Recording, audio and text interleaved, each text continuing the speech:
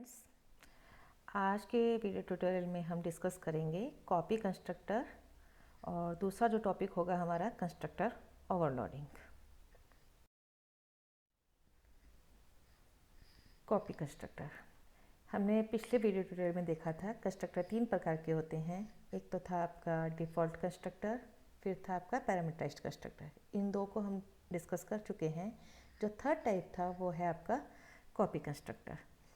Copy constructor, a constructor which accepts a reference its own class as a parameter is called copy constructor। ठीक है, इसमें जो parameter होगा वो खुद का ही क्लास का ऑब्जेक्ट होगा। ठीक है, उसी सेम क्लास का। तो ऐसा जो कंस्ट्रक्टर होगा कॉपी कंस्ट्रक्टर होगा।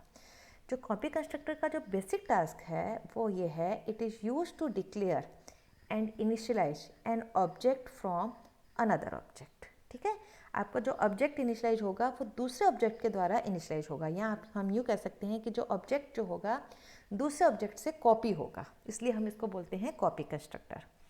The process of initialising the object through a copy constructor is known as copy initialisation. इसको हम बोलते हैं कॉपी इनिशियलाइजेशन, क्योंकि हम ऑब्जेक्ट के अंदर जो वैल्यू स्टोर कर रहे हैं वो हम दूसरे ऑब्जेक्ट से कॉपी कर रहे हैं। ठीक है, तो इनिशियलाइजेशन तो हो रहा है लेकिन वाया कॉपी कंस्ट्रक्टर हो रहा है, इसलिए हम इसे कॉपी इनिशियलाइजेशन कहते हैं।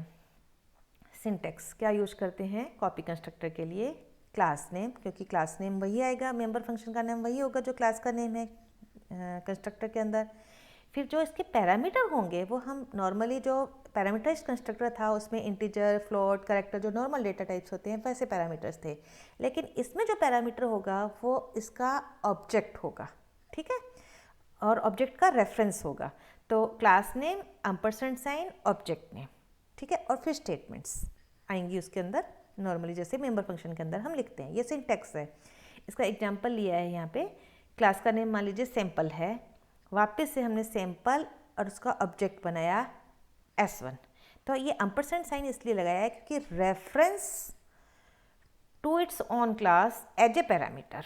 ठीक है, तो जब हम इसमें वैल्यू असाइन करेंगे S1.p की जो भी वैल्यू होगी वो जो p ऑब्जेक्ट बनेगा, इसका जो ऑब्जेक्ट बनेगा, मतलब जिससे ये कॉल कर रहा हो, कॉपी कंस्ट्रक्टर कॉल हो रहा होगा, वो वैल्यू इसके अंदर कॉपी हो जाएगी। तो हम इसको और डिटेल में समझते हैं नेक्स्ट स्लाइड के अंदर।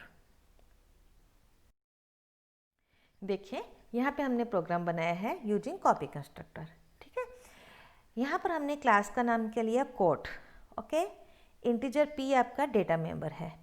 पब्लिक के अंदर हमने कोड यूज किया। यहाँ पर ये क्या कोड क्या है आपका, डिफ़ॉल्ट कंस्ट्रक्टर, कोई पैरामीटर नहीं है, क्लास का नाम वही है, मेंबर फंक्शन का नाम वही है जो क्लास का नेम है, और कोई पैरामीटर नहीं है। इसका मतलब ये डिफ़ॉल्ट कंस्ट्रक्टर है। इसमें आपने वैल्यू, इनिशियल वैल्यू डाली 100, कुछ भी वैल्यू डाल दीजिए, 0 डाल दीजिए। ये इनिशियलाइजेशन कर रहा है लेकिन यूजिंग डिफ़ॉल्ट कंस्ट्रक्टर। फिर कोड इंटीजर q, इसमें पैरामीटर लिया, ये भी p को इनिशियलाइज कर रहा है लेकिन यूजिंग पैरामीटराइज्ड कंस्ट्रक्टर। फिर हमने कोड में ये तीसरा जो है ये कॉपी कंस्ट्रक्टर है, ये भी p को इनिशियलाइज कर रहा है लेकिन यूजिंग कॉपी कंस्ट्रक्टर। ठीक है, तो तीन कंस्ट्रक्टर यूज हुए हैं इस प्रोग्राम के अंदर, default constructor, parameterised constructor, copy constructor. Display के अंदर जाएंगे, सी आउट p की वैल्यू डिस्प्ले करवाइए, सिंपल। अब हम देखेंगे कि कैसे ये डिस्प्ले हो रही है। सबसे पहले कोड A लिखा, कुछ भी आपने अंदर आर्ग्यूमेंट नहीं दिया, सिंपल एक ऑब्जेक्ट डिक्लेयर किया, कैपिटल A लिया है मैंने ऑब्जेक्ट में। तो ये ऑब्जेक्ट डिक्लेयर होगा इस क्लास का, लेकिन जब डिक्लेयर होगा तो ऑटोमेटिकली डिफ़ॉल्ट कंस्ट्रक्टर इन्वॉक हो जाएगा। ठीक है, तो जब हम a.prn करेंगे, सॉरी डिस्प्ले करवाएंगे, तो वैल्यू प्रिंट करेगा p की 100। फिर आता है आपका कोड B25। जब हमने पैरामीटर दिया, मतलब यहाँ पे कोई वैल्यू दी, तो पैरामीटराइज्ड कंस्ट्रक्टर इन्वॉक हो जाएगा। तो 25 किस में स्टोर होगा, क्यू में, और फिर ये क्यू की वैल्यू किस में स्टोर होगी, बी का जो डेटा मेंबर है p, उसके अंदर स्टोर हो जाएगा 25। फिर आपने लिखा कोड C50, इसमें भी सेम चीज़ है, 50 स्टोर होगा क्यू में, और ऑब्जेक्ट C का जो p है उसके अंदर स्टोर हो जाएगा 50। फिर आपने लिखा कोड D, एक D ऑब्जेक्ट बनाया, लेकिन उसमें मैंने लिखा जो पैरामीटर दिया वो मैंने ऑब्जेक्ट दिया। तो इससे क्या होगा, कॉपी कंस्ट्रक्टर कॉल्ड होगा, थर्ड वाला। ओके, तो यहाँ पर b की वैल्यू किसमें, g को, रेफरेंस मतलब b और g दोनों एक ही लोकेशन को पॉइंट करेंगे। तो जो भी g डॉट g की वैल्यू है, मतलब जो भी b की वैल्यू है 25 will be store into in p। तो d का जो ऑब्जेक्ट बनेगा p, उसके अंदर स्टोर होगा 25। आप समझ रहे हैं 25 क्यों स्टोर होगा, क्योंकि हम g डॉट p लिख रहे हैं और g डॉट p का अल्टीमेटली जो मीनिंग है वो है b डॉट p, क्योंकि b और g सेम है एक तरह से, ठीक है, कॉपी हो रहा है। तो b की वैल्यू जो b का जो p होगा वो कॉपी होगा d जो ऑब्जेक्ट है उसका डेटा मेंबर p के अंदर।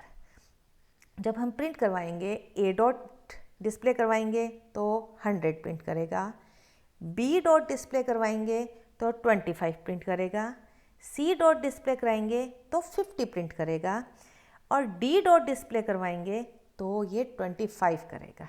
समझ में आ रहा है। यदि हम यहाँ पे b की जगह c लिखते हैं तो d डॉट डिस्प्ले में 50 प्रिंट कर देगा।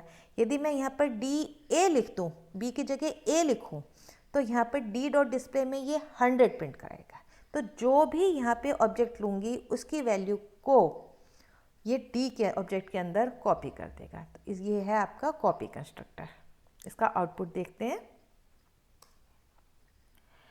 p की वैल्यू 100 यहाँ पर, फिर यहाँ पर p की वैल्यू 25, यहाँ पर p की वैल्यू 50, यहाँ पर p की वैल्यू 25। ये 25 इसलिए दे रहा है क्योंकि मैंने b से कॉल किया है। सो here we see that code constructor take an object of its own class as arguments, so it is called copy constructor। अब हम देखेंगे कंस्ट्रक्टर ओवरलोडिंग। कंस्ट्रक्टर ओवरलोडिंग जैसे कि मेंबर फंक्शन ओवरलोडिंग यूनिट 3 के अंदर पढ़ा था, उसमें यह था कि यदि हम सेम मेंबर फंक्शन को बार बार एक ही प्रोग्राम के अंदर यूज करते हैं फॉर डिफरेंट पर्पज, तो वो कहलाता है मेंबर फंक्शन या नॉर्मली फंक्शन ओवरलोडिंग। ओके, तो same is true for constructor. यदि हम एक ही कंस्ट्रक्टर को मतलब बहुत सारे मल्टीपल कंस्ट्रक्टर एक ही क्लास के अंदर बार बार यूज करेंगे for a different purpose, for a different initialisation, तो ये कहलाएगा कंस्ट्रक्टर ओवरलोडिंग। ओके, तो constructor overloading means multiple constructor in a class. एक ही क्लास में एक से ज़्यादा कंस्ट्रक्टर यदि आपने यूज किए हैं, डिफरेंट तरीके से वो ऑब्जेक्ट को इनिशियलाइज कर रहे हैं, तो हम बोलेंगे constructor overloading. When more than one constructor is defined in a same class, then we say constructor is overloaded। Here is again, अब हम नेक्स्ट स्लाइड के अंदर प्रोग्राम देखेंगे कंस्ट्रक्टर ओवरलोडिंग का, और ये वही प्रोग्राम है जो हमने कॉपी कंस्ट्रक्टर में यूज किया है। देखें आप इसे, देखें प्रोग्राम यूजिंग कॉपी कंस्ट्रक्टर वाला ही प्रोग्राम है।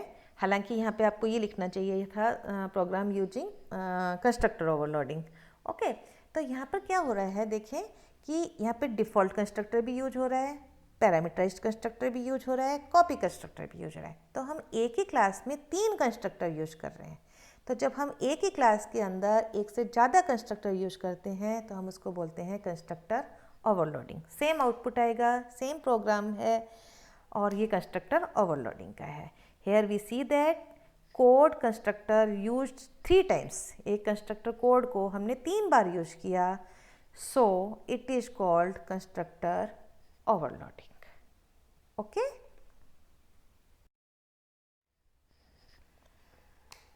थैंक यू बच्चों।